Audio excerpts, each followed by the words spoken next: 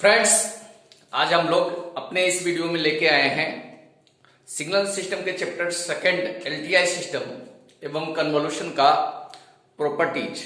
Convolution के properties को हम पूरे डिटेल में समझेंगे, साथ के साथ एलटीआई सिस्टम के कॉजलिटी स्टेबिलिटी चेक करने के तरीके को हम समझेंगे, एक्सप्लेन करेंगे अच्छे से इसके डिटेल प्रॉपर्टी को। मैं हूं राजीव पटेल, आप देख रहे हैं राजीव पटेल मैथोसी गुरु चैनल। तो हम सबसे पहले कन्वोल्यूशन पे आते हैं। पहले के वीडियो में आप देख सकते हैं कन्वोल्यूशन का उपयोग लीनियर टाइम इनवेरिएंट सिस्टम के आउटपुट फाइंड करने के लिए किया जाता है।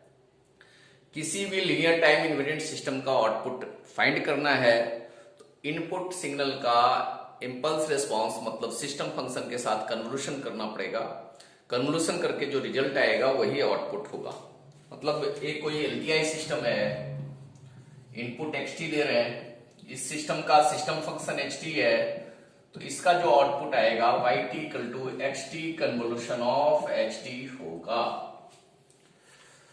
पहले के वीडियो में हम इसके लिए फॉर्मूला भी डिराइव कर चुके हैं, इसका भी डेरिवेशन कर चुके हैं कि yt xt convolution of ht क्यों होगा। और xt कन्वोल्यूशन ऑफ ht का फॉर्मूला होता है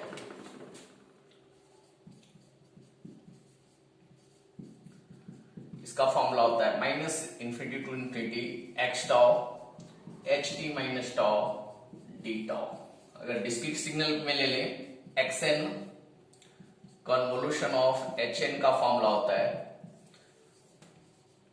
k equal to minus infinity to infinity x k h n minus k. एक कंटिन्यूअस में कन्वोल्यूशन का फॉर्मूला हो गया, एक डिस्क्रीट में कन्वोल्यूशन का फॉर्मूला हो गया। तो इस फॉर्मूले को उपयोग करके कन्वोल्यूशन के प्रॉपर्टीज को देखेंगे, उसका प्रूफ भी देखेंगे। तो फर्स्ट प्रॉपर्टी फॉर कन्वोल्यूशन की पहली प्रॉपर्टी, कन्वोल्यूशन कम्यूटेटिव होता है।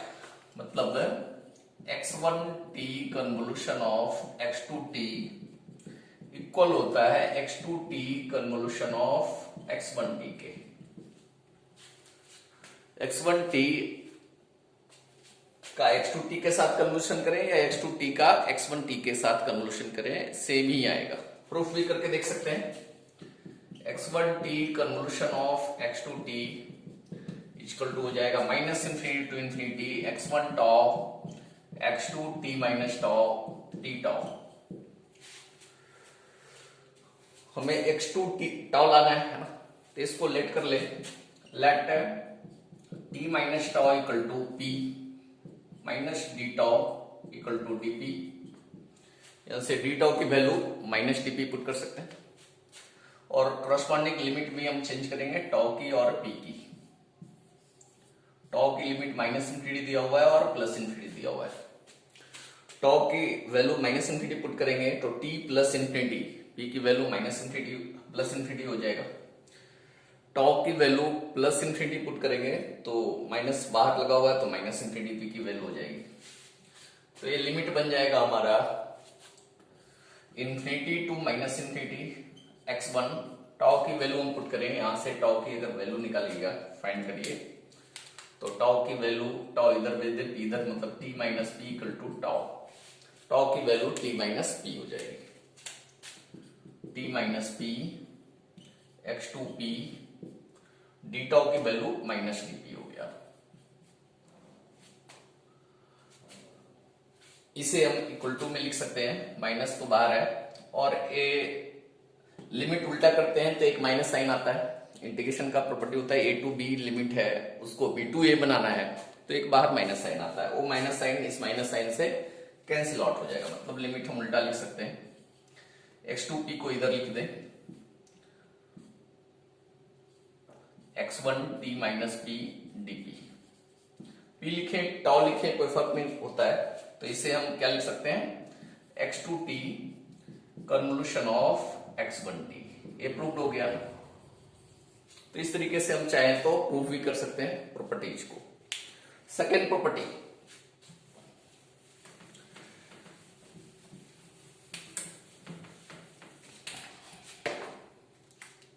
प्रॉपर्टी नंबर 2,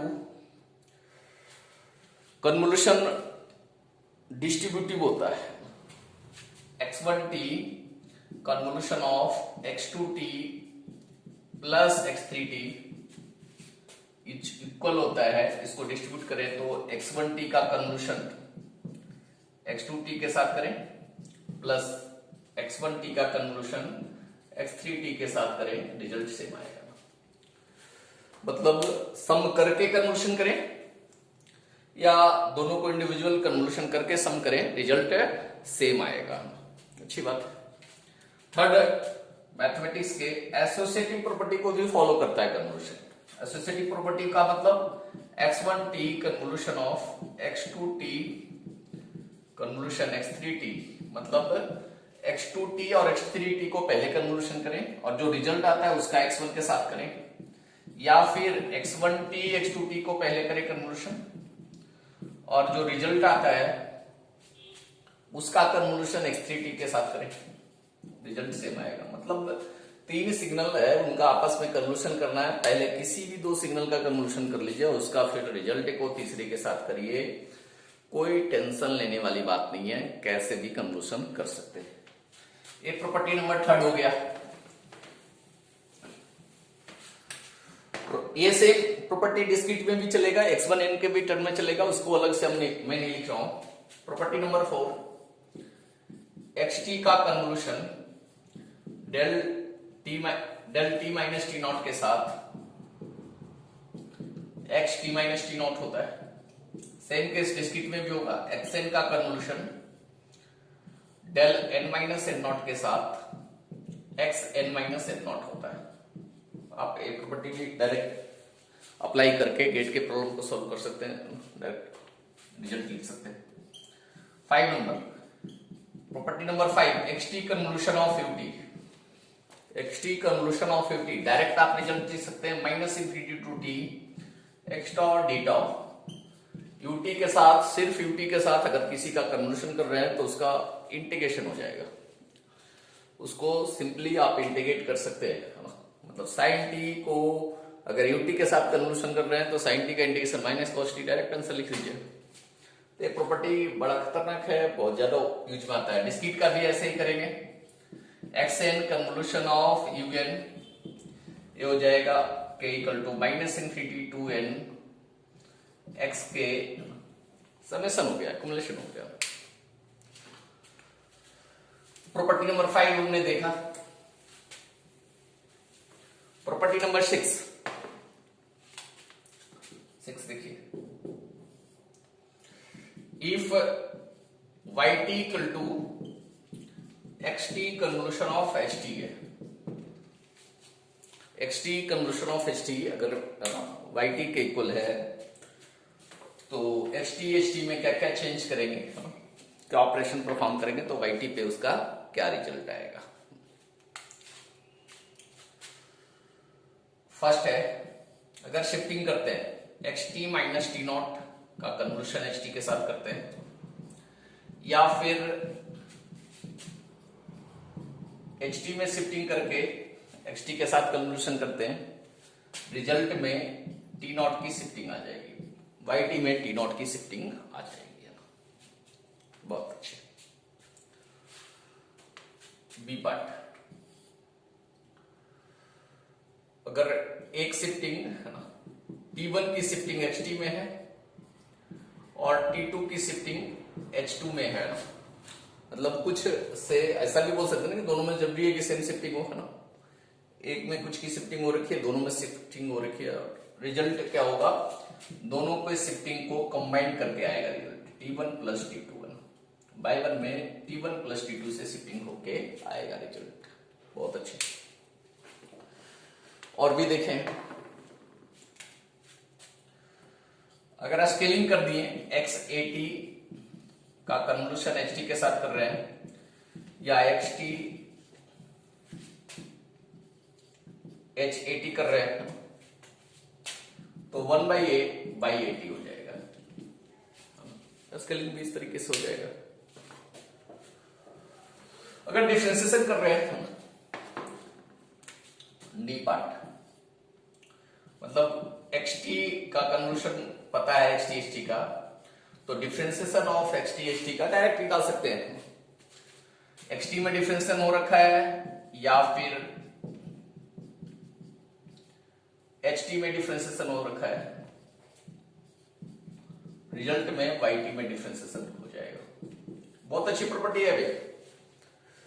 गेट वगैरह में ये सारी अगर प्रॉपर्टी ध्यान में है तो एकदम है ना पलक झपकते ही आंसर लिख सकते हैं, डायरेक्ट आंसर लिख सकते हैं। आपको मेहनत करने की कोई आवश्यकता ही नहीं होगी, टाइम सेव होगा। दोनों में अगर डिफरेंशिएशन हो रखा है, मतलब dxt अपॉन dt का कन्वोल्यूशन dht अपॉन dt के साथ दोनों को डिफरेंशिएट करके कन्वोल्यूशन कर रहा है, तो yt में डबल डेरिवेटिव हो जाएगा, d2yt अपॉन dt स्क्वायर आ जाएगा। वाह वाह, तो ऐसा है ना। एफ पार्ट देखते हैं।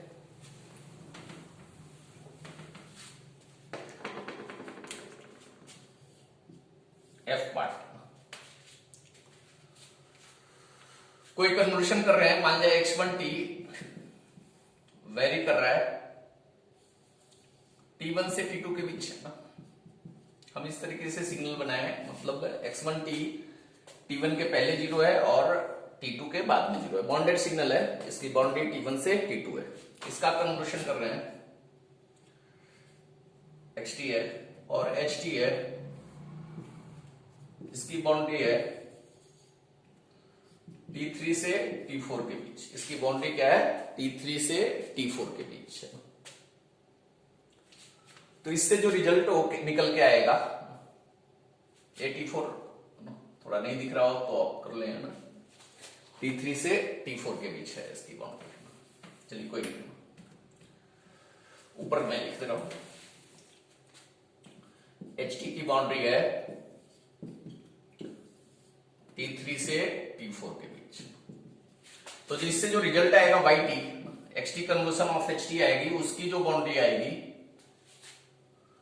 लोअर बाउंड्री इसके दोनों के लोअर बाउंड्री को ऐड करके आएगा, अपर बाउंड्री दोनों के अपर बाउंड्री के ऐड करके आएगा।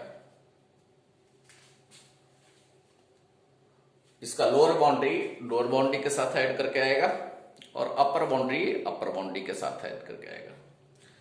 इस पे हम बहुत सारा आंसर हम इस पे डायरेक्ट लिख सकते हैं। जैसे एक हम प्रॉब्लम देखते हैं, find xt convolution of ht when xt equal to e to the power minus t ut, ht equal to e to the power 2t ut minus 4। Options बहुत सारे दिए हुए हैं, ये ऑप्शंस दे रखा है कुछ है ना, मान जाए ft ut minus 3, B option दे रखा है कुछ भी सिग्नल ft है ना, ut प्लस 4, सी पार्ट दे रखा है कुछ वैल्यू दे रखा है ft ut माइनस 4 और डी पार्ट दे रखा है ft ut प्लस 3। इस तरह से बहुत सारी वैल्यू दे रखा है। ft को हमें नहीं देखना है, ft कुछ भी रिजल्ट आया हुआ है, हमें लिमिट देखनी है ना। ए सिग्नल 0 से स्टार्ट हो रहा है, ए सिग्नल 4 से स्टार्ट हो रहा है, रिजल्टेंट जो सिग्नल कन्वोल्यूशन होगा वो 0 प्लस 4 से स्टार्ट हो रहा है। इसमें से कौन सा सिग्नल है जो 4 से स्टार्ट हो रहा है, t माइनस 4 से स्टार्ट हो रहा है। आप बिना कन्वोल्यूशन किए आप रिजल्ट दे सकते हैं कि xt कन्वोल्यूशन ऑफ ht क्या होगा। तो गेट में ऑप्शन होता है, बी सी डी चॉइस में टिक करना होता है। तो आप तो हम है ना बाउंड्री वैल्यू को चेक करके भी आधे बेहतर नहीं पार हो सकता है। मतलब लोअर लिमिट इसका 0 है, इसका 4 है, 0 से स्टार्ट हो रहा है, 4 से स्टार्ट हो रहा है। तो कन्वोल्यूशन करके जो रिजल्ट आएगा 0 प्लस 4 से स्टार्ट होगा। 4 से स्टार्ट होने वाला अगर 1 है या 2 है तो उसमें से चॉइस कर सकते हैं।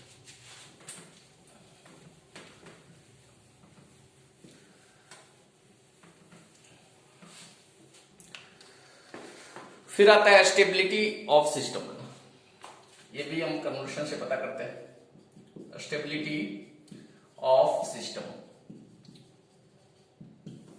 कैसे पता करते हैं, बेसिक्स में पढ़े हैं। स्टेबल सिस्टम उसको बोलते हैं जिसमें इनपुट बॉन्डेड दें तो आउटपुट भी बॉन्डेड आए, इनपुट बॉन्डेड दें तो आउटपुट भी हमारा बॉन्डेड आए।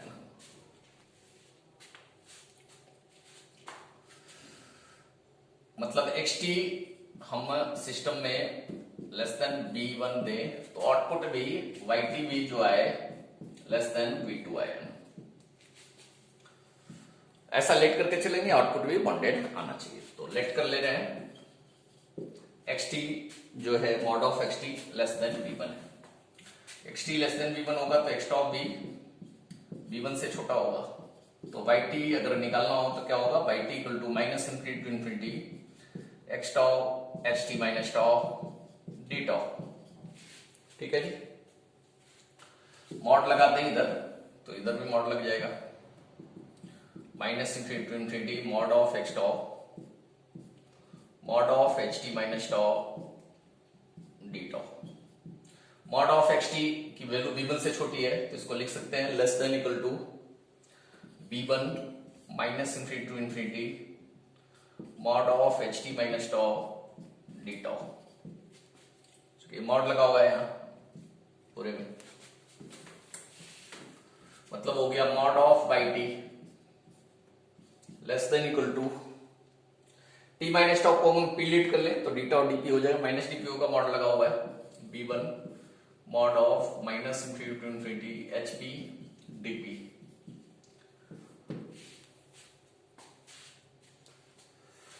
तो minus infinity to infinity hp dp या ht dt जो भी बोले है ना, अगर इसकी वैल्यू इंफिनिटी आती है तो yt अनबॉन्डेड हो जाएगा। yt के बॉन्डेड होने के लिए क्या होना चाहिए, minus infinity to infinity ht dt की वैल्यू बॉन्डेड होना चाहिए, इंफिनिटी से कोई छोटा फिक्स वैल्यू आनी चाहिए।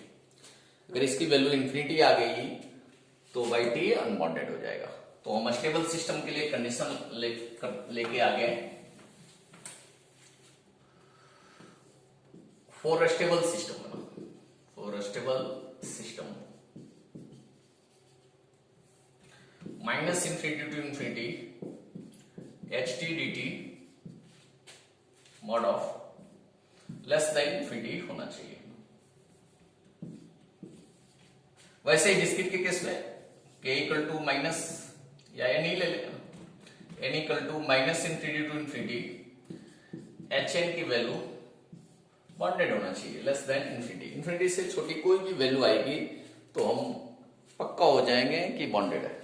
तो सिस्टम फंक्शन दिया हुआ है तो इस फॉर्मूले से हम चेक कर सकते हैं। जैसे एलन बी ओपिनियन का प्रॉब्लम नंबर 2.28 का फर्स्ट ए पार्ट है, 2.28 का ए पार्ट देने कर ना पूछ रहा है कि स्टेबल है क्या, hn equal to 1/5 to the power n un, इसको चेक करना है ये स्टेबल है क्या।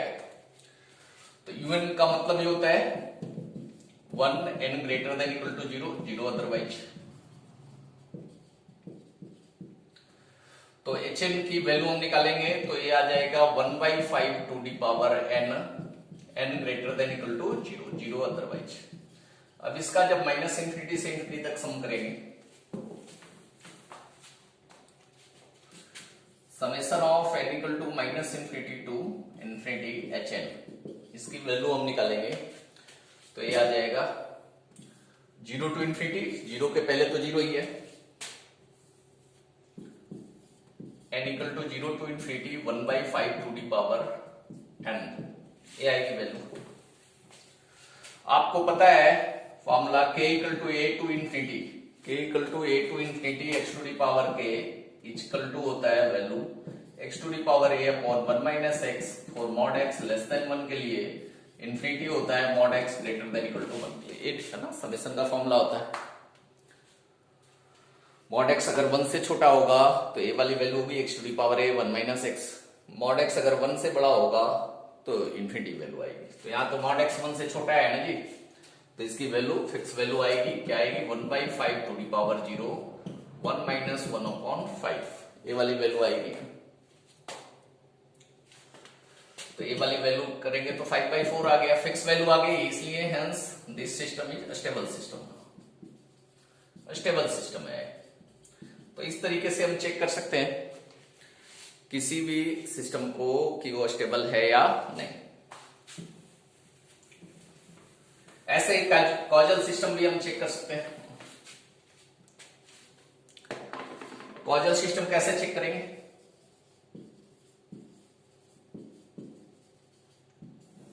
कॉजल सिस्टम हम कैसे चेक करेंगे बताइए। क्या होता था कॉजल सिस्टम? आउटपुट इनपुट के फ्यूचर वैल्यू पे डिपेंड ना करे। आउटपुट इनपुट के फ्यूचर वैल्यू पे डिपेंड ना करे। फॉर्मूला क्या है? y equal to summation of k equal to minus infinity to infinity x k h n minus के।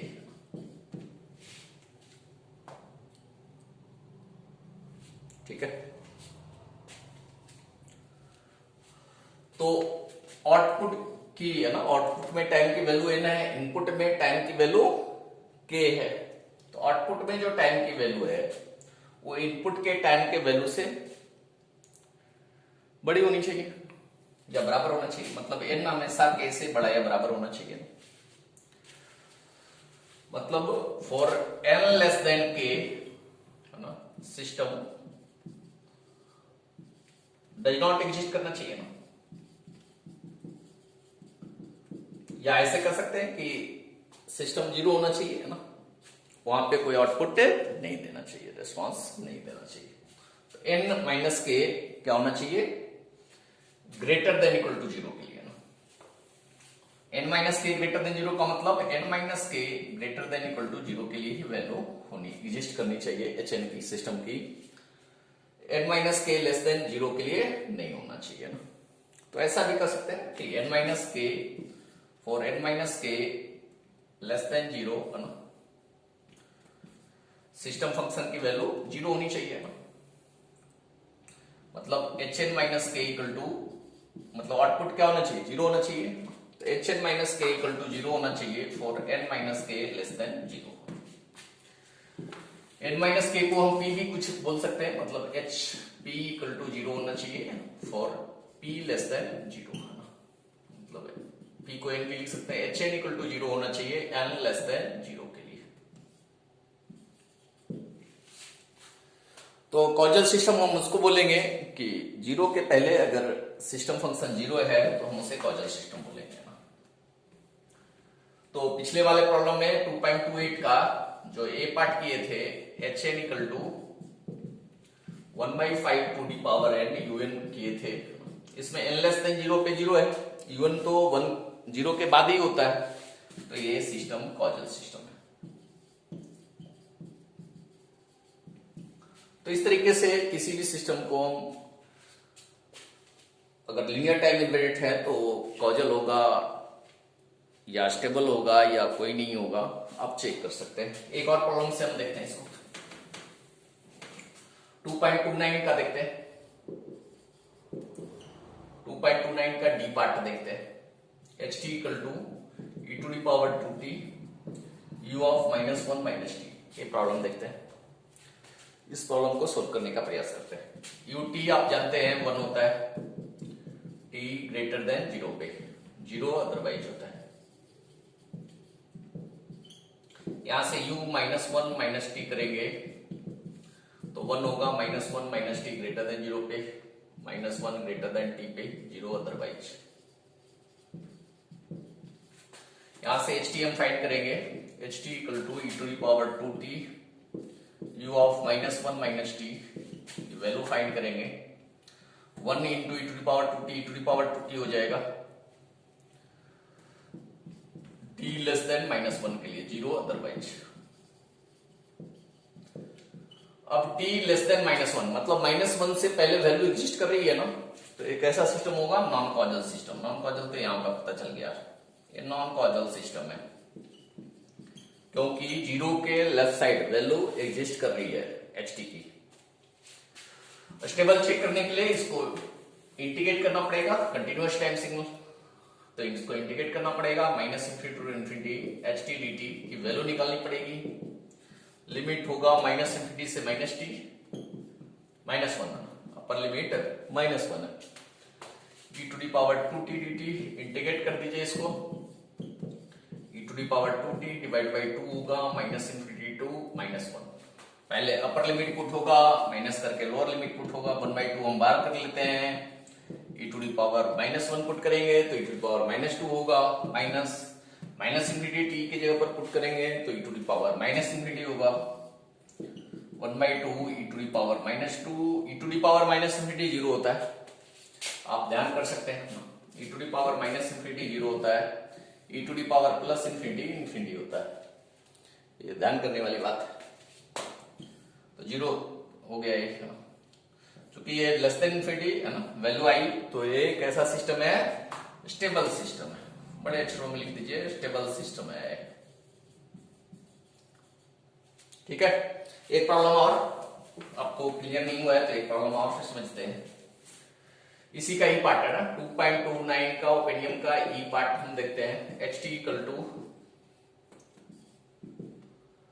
ई to the power -6 mod t. Mod t आप जानते हैं, मॉड टी की वैल्यू होती है टी ग्रेटर देन 0 पे, और -t होती है टी लेस देन 0 पे।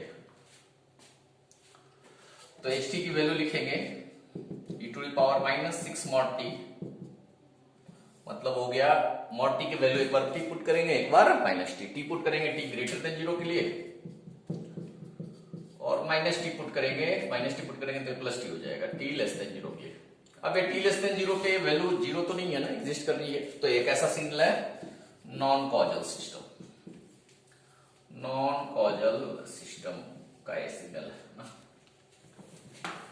स्टेबिलिटी चेक करने के लिए इसको इंटीग्रेट करना होगा, -minus infinity to infinity h t d t, integrate करेंगे -इंफिनिटी से 0, limit e to the power 16 का इंटीग्रेट करेंगे, और 0 टू इंफिनिटी लिमिट में ई टू दी पावर -60 का इंटीग्रेट करेंगे। ठीक है, ई टू दी पावर 60 का इंटीग्रेशन हो जाएगा E to the power 60 divide by 6 -minus infinity to 0, E to the power -60 का इंटीग्रेशन हो जाएगा E to the power -60 divide by -6, 0 to infinity 1/6 बाहर कर लें, E to the power 0 upper limit हमने पुट किया, minus E to the power -minus infinity lower limit हमने put किया, -1/6 बाहर कर लें, E to the power plus infinity -infinity हो जाएगा, इंफिनिटी अगर हम पुट करेंगे तो minus E to the power 0 हो जाएगा, 0 पुट करेंगे लिमिट तो 1/6 इंटू 1, 1 - 0 1 ही हो जाएगा, ई टू दी पावर 0 1 होता है, 1/6 इंटू 0 -1, ये हो गया 1/6 plus 1/6 equal to 1/3। Wanted value आई, इंफिनिटी तो नहीं आए ना, तो कैसा सिस्टम था, स्टेबल सिस्टम था। इन सारे जो वीडियो हम दे रहे हैं, इससे रिलेटेड कोई भी डॉट आता है, प्रॉब्लम आता है, कोई ऐसा गेट का प्रॉब्लम आता है, कोई एडवांस प्रॉब्लम ऐसा आता है जो आपसे सॉल्व नहीं हो रहा है, तो आप कमेंट बॉक्स में वो प्रॉब्लम शेयर कर सकते हैं, दे सकते हैं। नेक्स्ट वीडियो में हम प्रयास करेंगे कि उसका भी, उस प्रॉब्लम, पर्टिकुलर प्रॉब्लम का भी हम सोल्यूशन आपको प्रोवाइड करें। और अपने सभी मित्रों को ये चैनल शेयर करते रहिए, ज्यादा से ज्यादा शेयर करिए, ताकि सिग्नल सिस्टम या मैथमेटिक्स का इंजीनियरिंग के लिए कहीं से ट्यूशन वगैरह या गेट की तैयारी के लिए कहीं से ट्यूशन लगाने की जरूरत ना पड़े। हम सारा मटेरियल इस चैनल के माध्यम से आपके सामने प्रोवाइड करने वाले हैं। अभी तो शुरुआत है, आगे बहुत कुछ देखना